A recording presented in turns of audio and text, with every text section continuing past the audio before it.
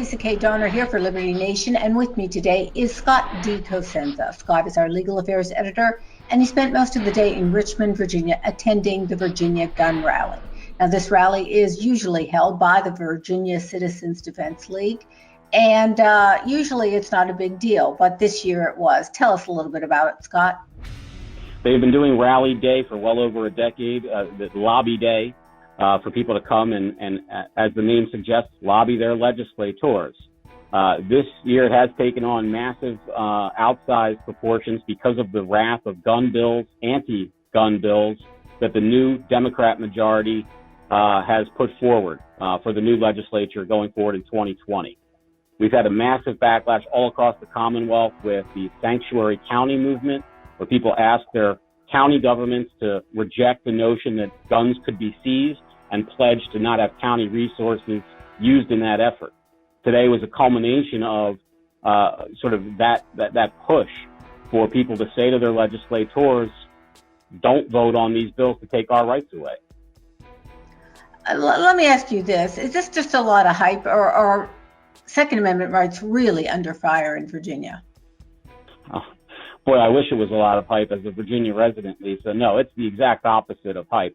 The governor has seriously proposed, in league with some anti-gun rights delegates, to have basically gun seizures and confiscations of not machine guns, which are already quite highly regulated, Lisa, but the most common and popular of guns, namely the AR-15 and guns that function similarly. All right, so a lot of liberties were violated today. Let us count the ways.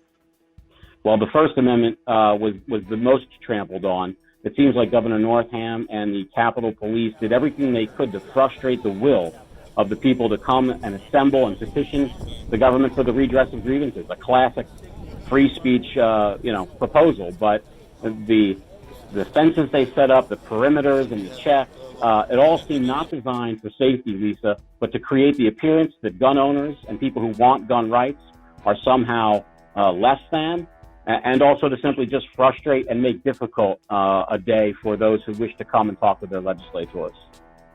All right, so we had a situation whereby he declared a state of emergency. No one was allowed to carry any kind of weapon, let alone a firearm.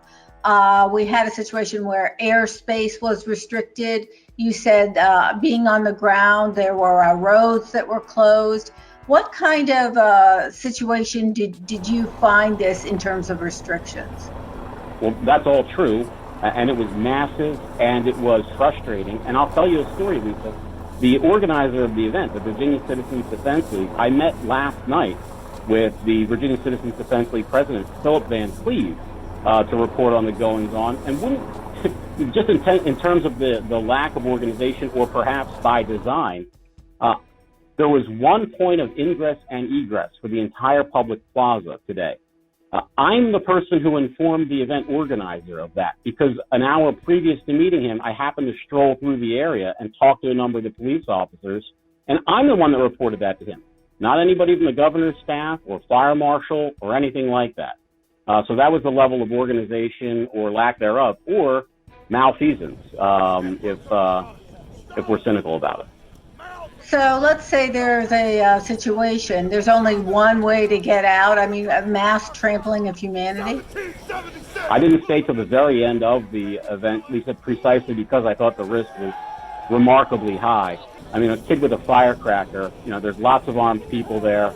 And to say that, people can get trampled pretty easily when there's not a way to get out. It's classically dangerous, and to the extent that nobody was hurt today, it's just a matter of luck.